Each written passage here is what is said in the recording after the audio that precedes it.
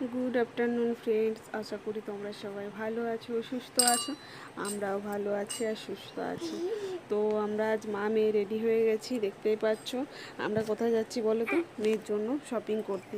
তো সেটা তো দরকারি, যেহেতু সামনে পুজো, আর বাচ্চাদের জন্যই তো পুজোতে বেশি আনন্দ, যে তারা নতুন জামা পরবে। আর তাই এই যে আমি আর মেয়ে বেরিয়ে গেছি, আর সোনার পাপা ওই দিক থেকে আমাদের সাথে একসাথে জয়েন্ট হবে। তো এইদিকে দেখো, আমরা হাঁটতে হাঁটতে বাস স্ট্যান্ড চলে যাচ্ছি। এটা হচ্ছে না বাস স্ট্যান্ডের দুর্গা মন্দির। আর আমরা বাসের জন্য প্রায় আধ ঘন্টা দাঁড়িয়েছিলাম, তারপর বাস এসেছে। এই যে বাসের মধ্যে উঠে গেছে, আর আমরা হরিপুর বাজার চলে এসেছি। এটা আমাদের এখানে সামনের সব থেকে বাজার।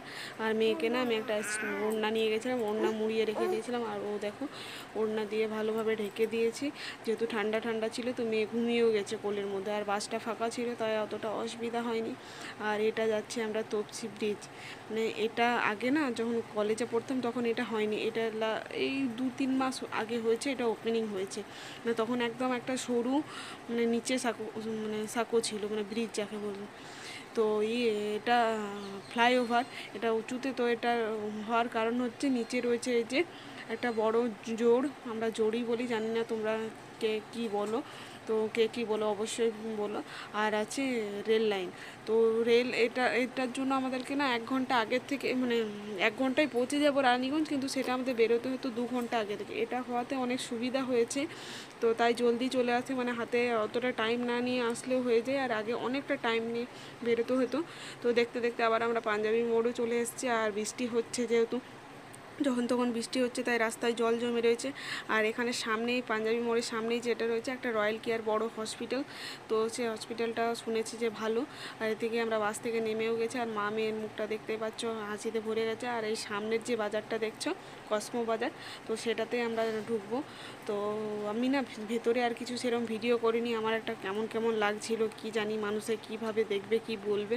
তো বেরোনোর আগে এই যে একটু ভিডিও করেছি। এই যে হাজব্যান্ড গাড়ি নিয়ে এসেছিলো, তাই গাড়ি বের করছে। আর এখানে না সোনা কোন দিকে যে চলে গেছিলো খুঁজেই পাচ্ছিলাম না, তারপর আবার ওকে পাওয়া গেল।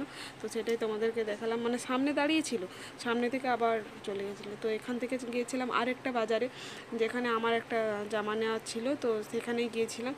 তো এটা হচ্ছে মোহন। আর এই যে এখন আমরা গাড়িতে চলে এসেছি, আর সোনাকেও না একটা ফুলার জামা পরিয়ে দিয়েছে গেলাম। এটা আমি নিয়ে এসেছিলাম বাড়ির থেকে, কারণ গাড়িতে আসবো, ঠান্ডা লাগবে, ওই জন্য ফুল হাত টুপি দেওয়া জামা নিয়ে এসেছিলাম, যেহেতু বাইরে ওয়েদারটা প্রচণ্ড ঠান্ডা। আর সোনার ঠান্ডা লাগার প্রবলেম রয়েছে। আর এটা কি বলে তো, আমাদের পশ্চিমবঙ্গে সর্বপ্রথম ওই শ্যাম মন্দির, যেটা রানীগঞ্জে তোমরা অনেকেই শুনেছো, শ্যাম মন্দির। তো সেটাই তোমাদেরকে দেখালাম গাড়ির মধ্যে। আমি অনেকবারই এসেছি, কিন্তু সেরকম ভিডিও আমার কাছে নেই। আমি তোমাদেরকে পরে ভিডিও করে কখনো এলে দেখাবো। আর এরপরে যাব হাজব্যান্ডের জন্য জুতো কিনতে। এই যে এই দোকানটাতে এসেছে জুতো কিনতে। তো কি জুতো নিচ্ছে, আর সব কিছু শপিং তোমাদেরকে অন্য একটা ব্লগে দেখাবো। এই ব্লগটা অনেক বড় হয়ে যাবে, যেহেতু আমি একটুখানি ছোট ছোট ভিডিও দিই মেয়ে নিয়ে যতটা সম্ভব হয়। তো ভিডিওটা কিন্তু ভালো লাগলে অবশ্যই লাইক, শেয়ার, কমেন্ট, সাবস্ক্রাইব করতে ভুলবেন না। আর এখানে মা মেয়ে একটুখানি ঢং করছে, কি বলো? কি স্লিপের মতো পা মাপে, মানে কার কত জুতো লাগবে, তো সেটার মধ্যে চাপার জন্য ব্যস্ত হয়ে যাচ্ছিলো। তোকে বোঝানো হয়েছে যে এটাতে মা চাপতে নেই। তো তারপর বুঝেছে।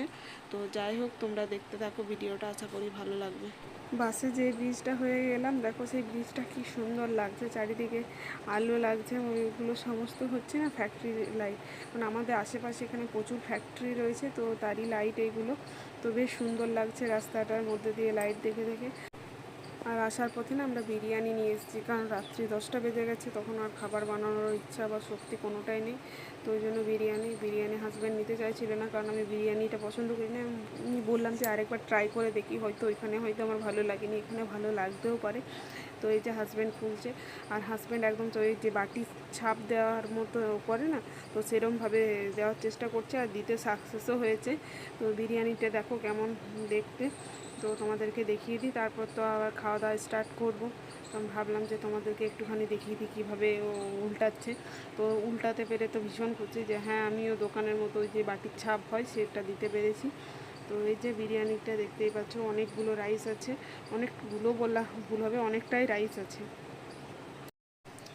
যে এখানে আমার বিরিয়ানিটিতে একটা আলুটা একদম নরম ছিল, আর ছিল একটা লেগ পিস, আর হাজব্যান্ডের আলু, আর একটা ছিল ব্রেস্ট পিস। তো তো চিকেনটা ভালো ছিল, সব কিছুই ভালো ছিল, কিন্তু আমি কেন জানি না আমার ভালো লাগে না খেতে। মোটামুটি ভালো। দেখতেই পেলে সোনার পাপার বক্তব্য কি ওর ভালো লাগছে না। আমরা দুজনাই কেন জানি না হয়তো পৃথিবীর একমাত্র মানুষ হবো যারা বিরিয়ানি পছন্দ করি না। ওইদিকে দেখো সোনা এখনই খাটের মধ্যে খেলছিল, কিন্তু ওই যে আবার নিচের মধ্যে চলে এসেছে। আমরা নিচে সবাই রয়েছি, আর এখানে দেখো আমি তো খেতেই পারিনি, ওই চিকেনটা আর আলুটা খেয়েছি ব্যাস।